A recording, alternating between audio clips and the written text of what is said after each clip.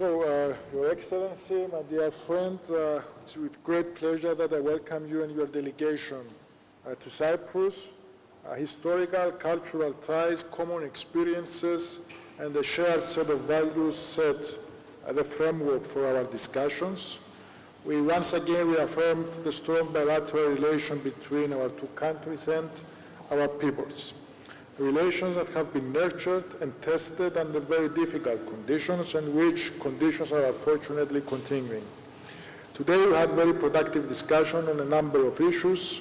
In brief, on bilateral level, the opening of Cypriot and Armenian diplomatic missions is imminent, and this is going to be facilitating further deepening of the cooperation and the ties, especially as regards economic and investment, and of course it would be expanding the people-to-people contacts that are already in place.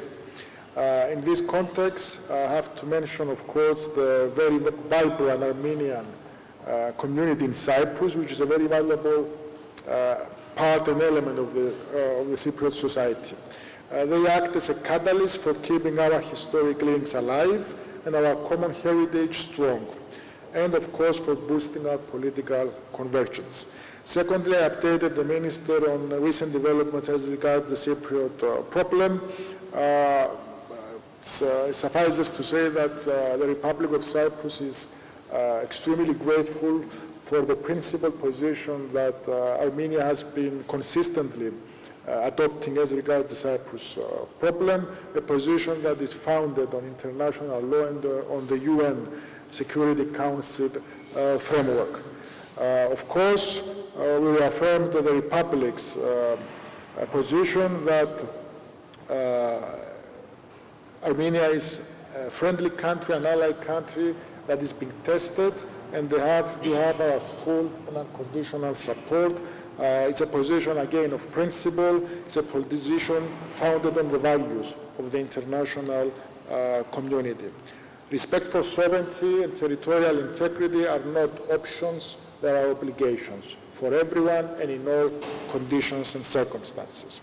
Third, Cyprus strongly promotes and supports the deepening of the relations between Armenia and the European Union. We welcome two recent developments, the assistance under the EPF in support of Armenia, and secondly, the opening of the visa liberalization dialogue between the European Union and Armenia. These are very significant steps, and you can be certain that you have our full support moving forward on those and on other files that are opening up in Brussels. Finally, we discussed the normalization process between Armenia and Azerbaijan. We welcome the position that the Armenian government has adopted in relation to how there can be progress ahead. And I want to state a very simple principle. Diplomatic discussion, dialogue is the only way of resolving any kind of disputes. At the same time, coercive tactics cannot be dictating how that dialogue is being conducted. The sovereignty, territorial integrity, as I already mentioned, must be respected, and this is not something that could be negotiated. Full solidarity with the people of Armenia, and you have been trying to support at the humanitarian level in all ways possible and in full cooperation and coordination. My dear friend, let me once again welcome you to Cyprus. It's been a real pleasure to have you here, and I look forward to the rest of our discussions for this day. Thank you. Honorable Minister, my dear friend, I'm very glad to be back to Nicosia in this capacity, in my capacity of Foreign Affairs Minister. I warmly recall my previous visits, but today's visit is of particular importance for me because this is the first time the Foreign Minister for Armenia is honored to participate in the Ambassadors' Conference and address the distinguished heads of diplomatic missions of Cyprus. Dear Konstantinos, thank you for this invitation, and I should say that I enjoyed the open and comprehensive discussion we had earlier today in that format. Coming to our bilateral discussions today, I would like to stress the following 4 points.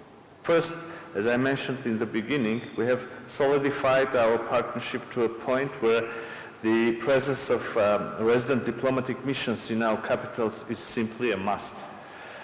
So I'm pleased to join you in announcing that Armenia and Cyprus will reciprocally open embassies in the capitals of both countries in coming months. Needless to say that it will further contribute to strengthening our partnership and also people-to-people contacts.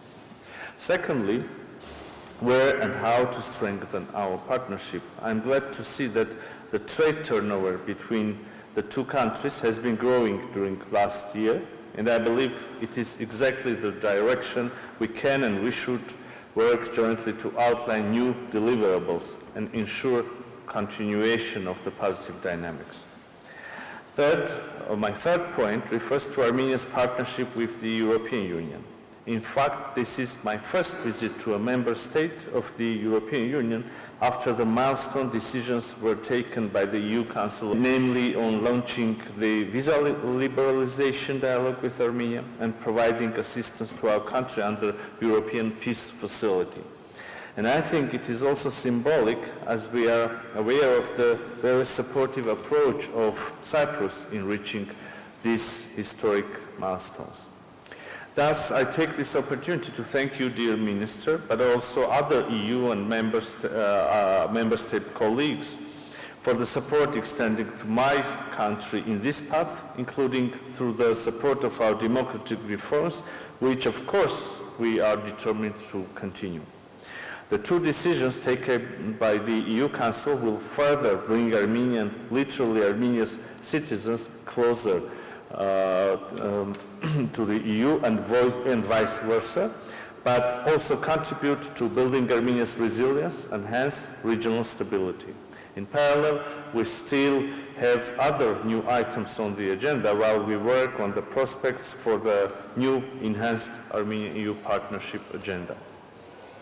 And finally, the 4th point, we have discussed today also the regional developments and overall situation around our countries. It is obvious that our partnership, friendship, and cooperation has become even stronger due to the need to overcome common challenges. We have been closely cooperating, and we will do so as long as there are pending issues, including of humanitarian nature, following the conflict and difficulties our people have been facing. We appreciate the assistance Cyprus has provided to Armenian people forcibly displaced from Nagorno-Karabakh. Dear colleagues, as we have proven with our actions, Armenia is committed to peace and stability. In this regard, we have always expressed solidarity with the Republic of Cyprus, supporting its efforts to find a just and lasting solution to the Cyprus problem in line with relevant UN Security Council resolutions and international law. Our commitment is also reflected in the vision of establishing durable peace in our immediate neighborhood, the Southern Caucasus. Thus, dear attendees, I briefed my counterpart on the most recent discussions, including on the importance of signing the peace treaty with Azerbaijan, stipulating the mutual recognition of territorial integrity based on the 1991 Alma-Ata Declaration, as well as importance of ensuring the continuity of delimitation process on the basis of the same declaration and thus the 1991 borderline. I think this position is both clear and consistent, but besides that, it has been also developed further by our proposals of creating mechanisms regarding border incidents as well as arms control, to which we have not yet received answers and which still remain open. I believe we should use the current historic momentum to work towards closing the page of enmity and preparing a better future for economic development and prosperity of the entire region, which is an important crossroads. Dear friend, concluding my remark, I once again thank you for the invitation and today's comprehensive discussions and the warmest reception of my delegation. Thank you very much. Now, Their Excellencies, the ministers can accept up to 2 questions from the members of the press. So if we have questions, please introduce yourselves and the media you represent. Mario Adamo from Antenna TV. Mr. Minister, French and Belgium are ready to evacuate their citizens from Lebanon. Cyprus is ready to operate a STIA plan. The STIA plan has been activated weeks ago. It's in full operation, in full preparation mode. We had all the relevant interdepartmental meetings, and we have set out how the plan is to be applied in the event that this is necessary. So as we have done in the recent few months in relation to Sudan, in relation to post-October 7th in Israel, we have been preparing for this event. If it's happening, we all hope that we are not going to be needed. But in the event that this is not the case, Cyprus will continue to act as a bridge to safety and to facilitate the evacuation, the safe evacuation of citizens from any war zone in our part of the world. From the Associated Press, for the Armenian minister, I'm curious, you mentioned these developments with the European Union. I was curious whether what other ways Armenia has to reach out to the EU and strengthen its relations with the bloc. And for the Cypriot minister, I wanted to ask, is there any update on the assistance being shipped to Gaza, what's happening there, and what are the next steps, if you could just outline it, please. Well, probably I can start. Thank you for your interest and your question. As I said, the opening of the launching of the dialogue, visa liberalization dialogue, and providing support to Armenia under European Peace Facility are only 2 instances of a bigger cooperation, bigger picture. We're currently in the middle of a process of significantly deepening our relations with the European Union. We have a new partnership agenda. We are thinking over and working over new mechanisms and tools that can be used in scope within this partnership. I would also like to add that the people of Armenia, we do have the European aspirations, and the European Union acknowledges these aspirations. So now jointly we think about and work over, as I said, new tools, new mechanisms of bringing the 2 countries, the European Union and member states from one side and Armenia from the other side, closer. I would like also to repeat the sentence that my Prime Minister said in his speech in the European Parliament. Armenia, from its side, Armenia is ready to become as closer to the European Union as the European Union would consider possible. Also jointly with the European Union, but also with the United States, we work over a plan aiming to increase the level of resilience of Republic of Armenia during these challenging times, and having in mind the threats and challenges that we have in Armenia and around Armenia in our region. So the processes are going on, and hopefully we will be seeing new programs, joint tools launched. Thank you.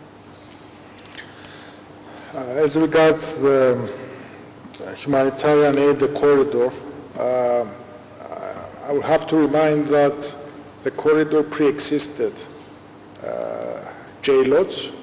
We are now at the process where we are phasing out of J-lots, and there has always been planning in place about the medium-term option, which is ready to be activated. All the logistics and all the various elements have been put in place. And we had very detailed and comprehensive discussions with partner states about the next stage, and we are talking about different ways of methodology for, again, direct access. All this, of course, subject to developments, because as you can understand, the situation in the region in the last few hours is taking a very different turn, and that is something that can only affect any kind of planning as to how humanitarian aid goes into Gaza.